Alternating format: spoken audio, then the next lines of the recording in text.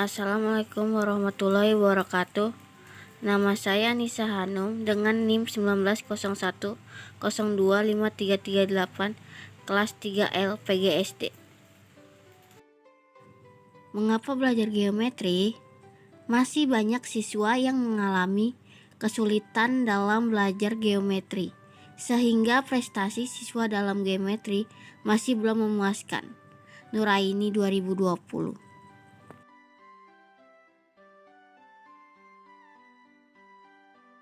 Sutama 2014 menyatakan bahwa hasil tes geometri masih kurang memuaskan dibandingkan dengan hasil tes materi matematika lainnya.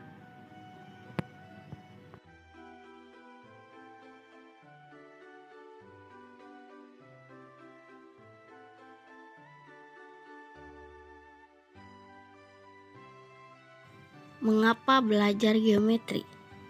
Berdasarkan laporan Trend International Mathematical and Science Study (TIMSS) 2011 menerapkan bahwa siswa tingkat 8 pada tahun 2011 menunjukkan nilai skala rata-rata kemampuan matematika siswa di Indonesia menduduki peringkat 37 dari 43 negara.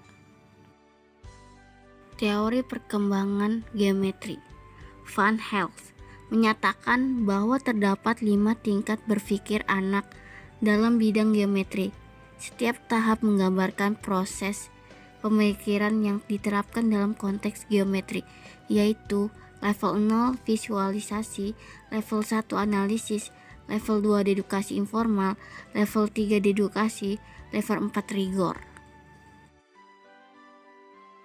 A. Level 1 visualisasi. Siswa mengenali gambar-gambar bangun geometri melalui penampilan saja.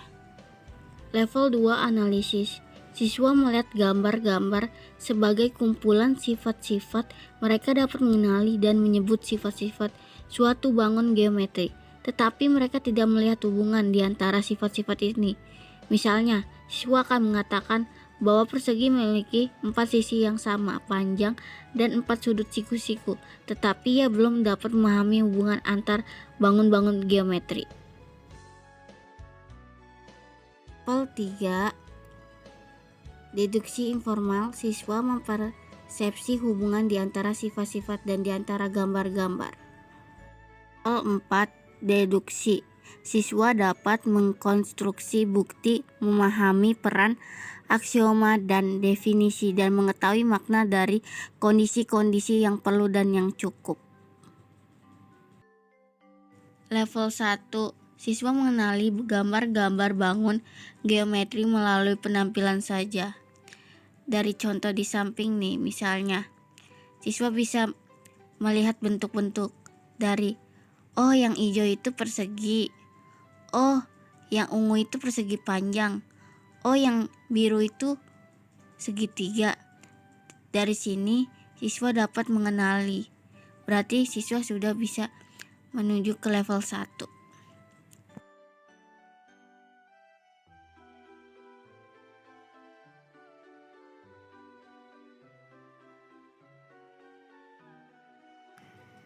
Level 2. Siswa melihat gambar-gambar sebagai kumpulan sifat-sifat. Mereka dapat mengenali dan menyebutkan sifat-sifat suatu bangun geometri, tetapi mereka tidak melihat hubungan di antara sifat-sifat ini. Contohnya, persegi dan persegi panjang. Siswa bisa menganalisis nih. Persegi itu sisinya sama panjang. Sedangkan yang warna biru itu segitiga, sisinya ada 3. Nah, itu karena siswa hanya baru bisa mengenali sifat-sifat masing-masingnya, belum bisa ke bangun lainnya.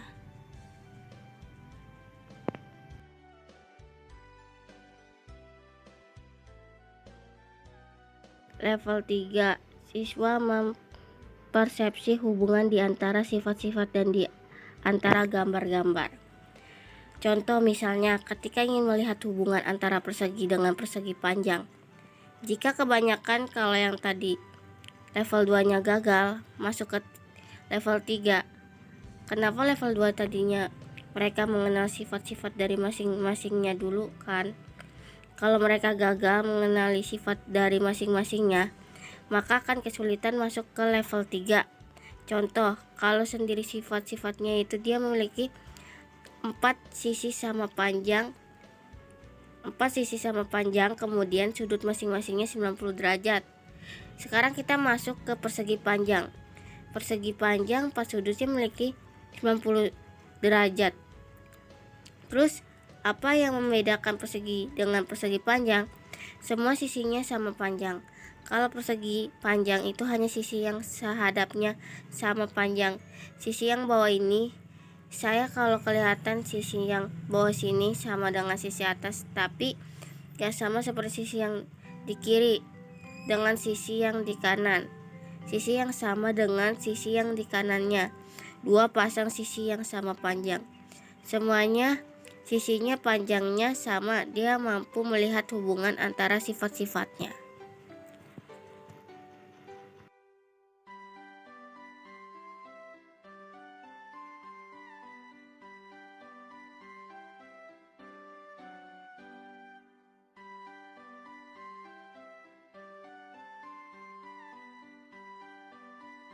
Level 4, siswa dapat mengkonstruksi bukti, memahami peran aksioma dan definisi, dan mengetahui makna dari kondisi-kondisi yang perlu dan yang cukup.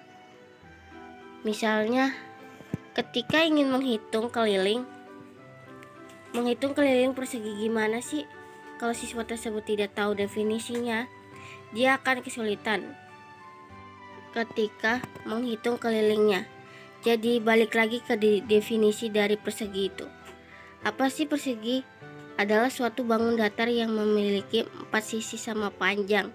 Jadi kalau mau menghitung kelilingnya, tinggal yang bawah tambah sisi atas, sisi kiri ditambah sisi kanan, atau 4 kali sisi, karena sisinya sama panjang.